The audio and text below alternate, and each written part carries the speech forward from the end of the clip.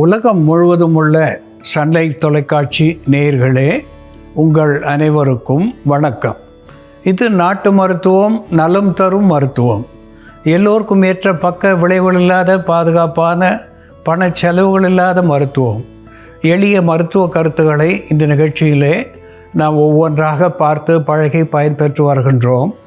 இன்று சில மருத்துவ குறிப்புகளை நாம் தெரிந்து கொள்வோம். வனப்பகுதியிலேயும் சில இடங்களிலேயும் நாம் சாதாரணமாக பார்க்கக்கூடிய ஒரு மரம் வேங்கை மரம், டிரியோகார்பஸ் மார்சிபியம். டிரியோகார்பஸ் மார்சிபியம் என்று தாவர பெயராலே சுட்டப்பெறுவது. இந்த வேங்கை மரம் மிகவும் பலமுடையது என்பதனாலே வீடுகளுக்கு கூரைக்காக பயன்படுத்தக்கூடிய ஒன்றாக திகழ்கிறது. மேசை, நாற்காலி போன்ற பொருட்களை செய்யவும் இது உதவுகிறது. செம்மரக்கட்டையினுடைய மருத்துவ குணத்தை இதுவும் பெற்றிருக்கிறது. இந்த வேங்கை மரப்பட்டை சூரணம் நாட்டு மருந்து கடைகளிலே கிடைக்கக்கூடிய ஒன்று. அதை வாங்கி வெறுகடி அளவு அந்தி சந்தி என்று 2 வேளை தேனோடு கலந்து நாம் உண்ணுகின்ற நிலையிலே ஈழை, இருமல், பழைய கபம் என்று சொல்லக்கூடிய நுரையீரலை பற்றி விடாது இருக்கின்ற கபத்தை கரைத்து ஒரு எக்ஸ்பெக்டோரண்ட், டீகன்ஜஸ்டன்ட், மியூக்கோப்ரூலட் என்கின்ற வகையிலே நுரையீரலை பற்றியதையும் சுவாச பாதையை பற்றிய பிரச்சனைகளையும் தீர்த்து சுவாசத்தை சீர் செய்கிறது. மூச்சு முட்டல் என்கிற நிலையிலே இருந்து நமக்கு விடுதலை தருகிறது என்பதை மறத்தல் ஆகாது. ஓசிமம் அமெரிக்கானா, ஓசிமம் அமெரிக்கானா என்று தாவர பெயரிலே சுட்டப்பெறுவது. கஞ்சாங்கோரை என்று தமிழிலே சொல்லக்கூடிய ஒன்று. நாய் துளசி என்று கூட அதை சொல்லுவார்கள். இந்த கஞ்சாங்கோரையை லேசாக அனலிலே இட்டு வதக்கி அதிலே இருந்து வருகின்ற சாறு 10 துளி அளவு எடுத்து போதிய தேன் சேர்த்து சிறு குழந்தைகளுக்கு மாந்தம் என்று சொல்லுவார்கள், மூச்சு முட்டுகின்ற நிலை, சுவாச கோளாறுகள், செரிமான கோளாறுகள், இப்படிப்பட்ட நிலையிலே அவர்களுக்கு வயிற்று உப்புசம், மூச்சிறைப்பு ஏற்படுகின்ற பொழுது இந்த நாய் துளசி இலை சாறு தேன் கலந்த மருந்து 1-2 வேளை கொடுக்கின்ற பொழுது அவர்களுக்கு சுவாசம் சீராகும், செரிமானம் சீராகும், குழந்தைகளுக்கு சந்தோஷத்தையும் தரக்கூடியதாக இது விளங்கும் என்பது உண்மை.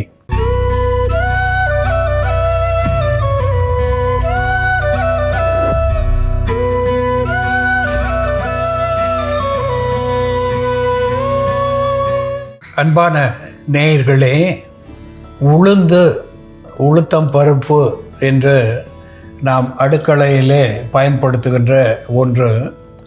தாளித பொருளாக இருந்தாலும் சரி, இட்லி, தோசை என்கின்ற காலை சிற்றுண்டிக்காகவும் சரி, இந்த உளுந்து பயன்படுத்தக்கூடிய ஒன்று.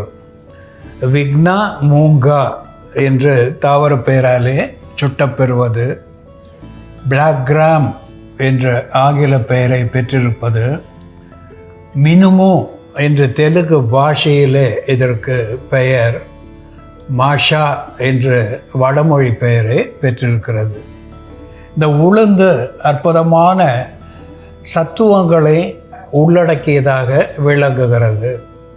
உடலுக்கு பலம் தரக்கூடியது, குளிர்ச்சி தரக்கூடியதாக திகழ்கிறது.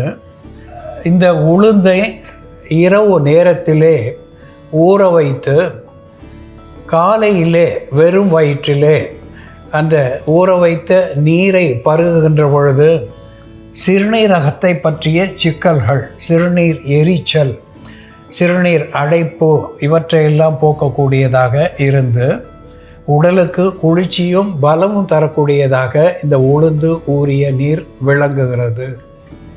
இந்த உளுந்தை எப்படியாகிலும் ஒரு தின்பண்டமாக குழந்தைகளுக்கு கொடுத்தாலும் சரி, குறிப்பாக பெரியவர்களுக்கு கொடுத்தாலும் இது எலும்புகளுக்கு பலம் தரக்கூடியதாக, குறிப்பாக இடுப்புக்கு பலம் தரக்கூடியதாக. ஒரு மனிதனுக்கு இடுப்பு என்பது குனிவது, நிமிர்வது, நடப்பது, படிக்கட்டு ஏறுவது, அமர்வது, இழுவது, இது போன்ற பல்வேறு காரியங்களுக்கு இடுப்பு என்பது அடிப்படையான ஒன்றாக விளங்குகிறது. இந்த இடுப்பு பலமாக இருக்கும்போது நம்முடைய செயல்பாடுகள் துரிதமாக இருக்கிறது, சுறுசுறுப்பாக இருக்கிறது என்பதை மறுத்தலாகாது. இந்த உளுந்தை பொதுவாக பருவுற்ற பெண்கள், பருவம் அடைந்த பெண்களுக்கு பலவீனமாக இருப்பார்கள். திடீரென குருதி வெளிப்பாடு, மனதிலே ஒரு கலக்கம், பயம், இவை சேர்ந்தபோது பலவீனமாக இருப்பார்கள். இந்த உளுந்து மாவை நெய்யில் இட்டு அதை களி போல கிளறி இனிப்பு சேர்த்து அந்த பிள்ளைகளுக்கு கொடுக்கின்ற பொழுது அவர்களுக்கு அந்த இடுப்பு வலி, அடிவயிற்று வலி இவற்றிலே இருந்து நிவாரணம் கிடைக்கிறது, அவர்களுக்கு பலமும் கிடைக்கிறது. இந்த உளுந்து இப்படி ஒரு அற்புதமான மருந்தாகிறது. இதனோடு மொரிங்கா ஒலிஃபெரா என்று தாவரப்பெயராலே சுட்டப்பெறுவது, ட்ரம் ஸ்டிக் ட்ரீ என்ற ஆங்கிலத்திலே சொல்லப்பெறுவது, சிக்ரு என்ற தெலுங்கு பாஷையிலே இதற்கு பெயர். இந்த முருங்கை கீரையும் ஒரு அற்புதமான மருத்துவ குணங்கள் நிறைந்ததாக விளங்குகிறது. குறிப்பாக நெஞ்சக சளியை கரைத்து வெளித்தள்ளக்கூடிய ஒன்றாக இந்த கீரை விளங்குகிறது. அயர்ன் என்று சொல்லக்கூடிய இரும்பு சத்துவம், விட்டமின் சி என்று சொல்லக்கூடிய சத்துவம் இதிலே மிகுதியாக இருக்கிறது. அனீமியா என்கின்ற சோகையை போக்கக்கூடியதாக திகழ்கிறது. ஒரு மனிதன் பலவீனமாக போகின்ற பொழுது மெலிந்து போவது, குருதிகள் குறைந்து போவது என்பதை இது போக்கக்கூடியதாக திகழ்கிறது. இந்த முருங்கை கீரை என்பது ஃபைபர் என்கின்ற நார்ச்சத்துவம் மிகுதியாக இருப்பதனாலே வயிற்றை பற்றிய புண்கள், வயிற்றை பற்றி வருகின்ற புற்று இவற்றையெல்லாம் ஆரம்ப காலத்திலேயே தடுத்து நிறுத்தக்கூடிய ஒன்றாக திகழ்கிறது. இந்த உளுந்தும் முருங்கையும் எப்படி மருந்தாகிறது என்று செயல்முறைகளை பார்ப்போம், வாருங்கள். நேயர்களே, நாம் இன்னைக்கு உளுந்து மற்றும் முருங்கைக்கீரையை பயன்படுத்தி இரத்த சோகை, உடல் சோர்வு, இடுப்பு வலி, மூட்டுகளில் ஏற்படக்கூடிய பலகீனம், நரம்பு தளர்ச்சி இவற்றை சரி செய்யக்கூடிய ஒரு சுவையான மருந்து தயார் பண்ணலாம். இதற்கு தேவையான பொருட்கள்: துளிரான முருங்கைக்கீரை, கருப்பு உளுந்து, நாட்டு சர்க்கரை அல்லது உப்பு, பசு நெய். நம்ம ஒரு வேளைக்கு ஒருத்தர் சாப்பிட்றதுக்கு தேவையான அளவு நம்ம 1 ஸ்பூன் அளவு நெய் விட்டுக்கலாம். இதே 2 பேருக்கு சாப்பிடணும் அப்படின்னா நம்ம 2 ஸ்பூன் அளவு நெய் விட்டுக்கலாம். முருங்கைக்கீரை முற்றிய முருங்கைக்கீரை பயன்படுத்தாமல் துளிர் இலைகள் மட்டும்தான் நம்ம பயன்படுத்தணும். ஏன்னா நம்ம நீர் விட்டு வேக வைக்க போகிறது கிடையாது, நெய்லேயே வறுக்க போகிறோம். அப்படி இருக்கும் பொழுது துளிர் கீரைனா நெய்யில் பொரிஞ்சு வந்துடும். முற்றிய கீரைகளை நம்ம நெய்யில் வறுக்கும் பொழுது சிறுங்கசப்பு உண்டாகும். அதனால் துளிரான கீரையை எடுத்துக்கலாம்.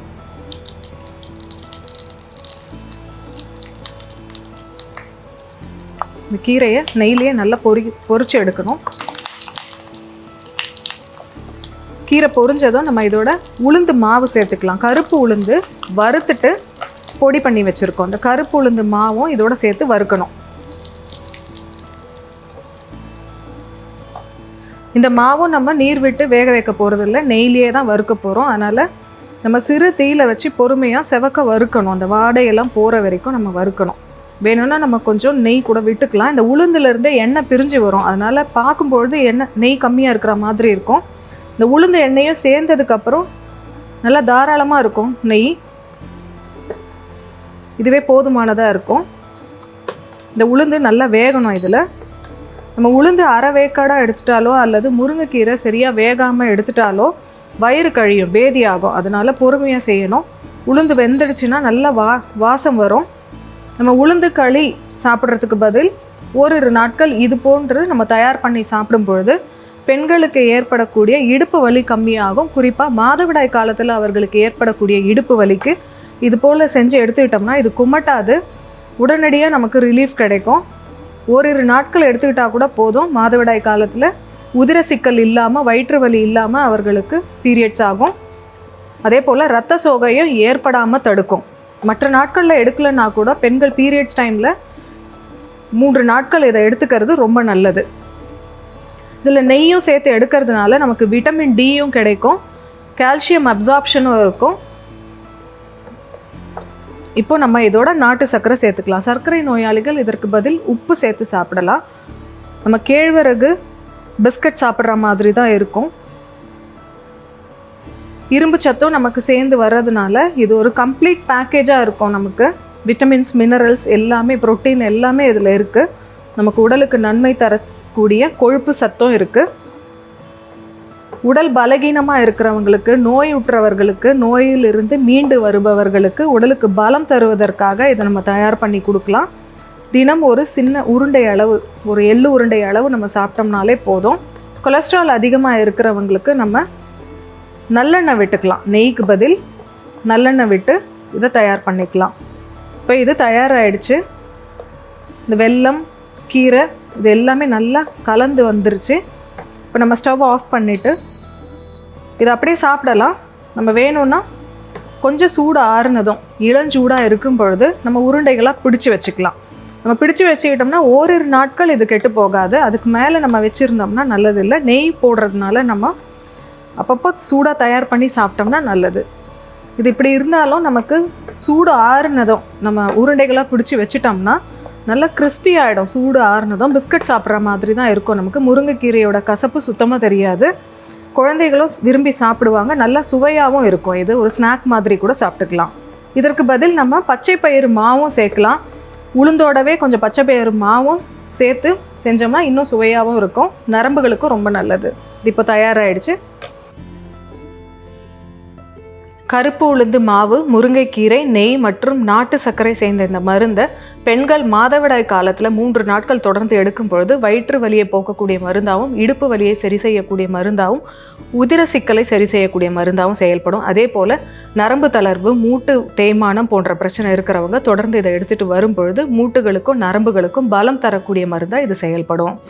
அன்பான நேயர்களே, இந்த முருங்கைக்கீரை, முரிங்கா ஒலிஃபெரா என்று சொல்லக்கூடிய முருங்கைக்கீரையை தனிப்பட்ட முறையிலே நாம் பயன்படுத்துகின்ற பொழுது அகத்தியர் ஒரு பாடலிலே சொல்லியிருக்கின்றார். செரிமாந்தம், வெப்பம், தெரிக்கும் தலைவலி, வெறி, மூர்ச்சை, கண்ணோய் இவை யாவும் விலகும் என்று சொல்லியிருக்கின்றார். வெறி மாந்தம் என்று சொல்லக்கூடிய வகையிலே மந்தமான, அதிகமான மந்தம், அதை அப்படி சொல்லியிருக்கிறார். மூர்ச்சை என்று சொல்லியிருக்கிறார். மூர்ச்சை என்று சொன்னால் அடிக்கடி மயங்கி விழுதல், மயங்கி போதல், ஃபெட்டிக் என்று ஆங்கிலத்திலே சொல்லுவார்கள். அதனோடு கண் நோய்கள், பல நோய்களை போக்கக்கூடிய ஒன்றாக இது விளங்குகிறது. பீட்டா கெரோட்டின் என்கின்ற மருத்துவ குணத்தை இது அதிகமாக பெற்றிருக்கிறது. விட்டமின் சி செறிந்ததாக விளங்குகிறது.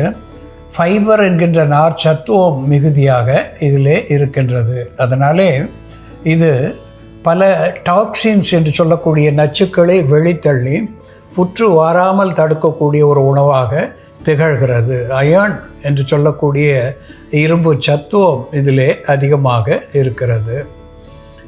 செரிமான சீர்கேடுகளை போக்கக்கூடியதாக இருக்கின்ற இந்த முருங்கையோடு நாம் உளுந்து சேர்த்திருக்கின்றோம். உளுந்து உடலுக்கு பலம் தரக்கூடிய ஒன்றாக விளங்குகிறது. ஒரு டானிக் என்கின்ற மருத்துவ குணத்தை பெற்றிருக்கிறது. குளிர்ச்சி தரக்கூடிய ஒன்றாக இருக்கிறது.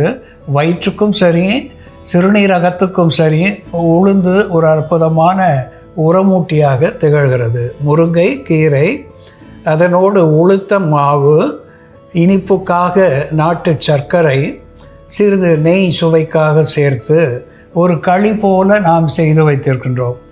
இதை 2 வேளை ஒரு தேக்கரண்டி என்று பெரியவர்கள் சாப்பிடுகின்ற நிலையிலேயும், குழந்தைகளுக்கு அரை பங்கு தருகின்ற நிலையிலேயே அவர்களுக்கு உடல் பலம், கண் பற்றிய பிரச்சனைகள், சிறுநீரக பிரச்சனைகள் இவற்றையெல்லாம் போக்கி நல்ல திடகாத்திரமான உடலை அவர்களுக்கு பெறச் செய்யக்கூடிய ஒரு மருந்தாக இந்த முருங்கை, உளுந்து, அதனோடு சேர்ந்த வெல்லம், நெய் விளங்கும் என்பதிலே ஐயமில்லை.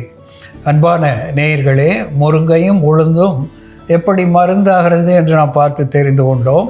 இதுபோல வேறு ஒரு மருத்துவ குறிப்போடு நாம் மீண்டும் சந்திப்போம். நன்றி, வணக்கம்.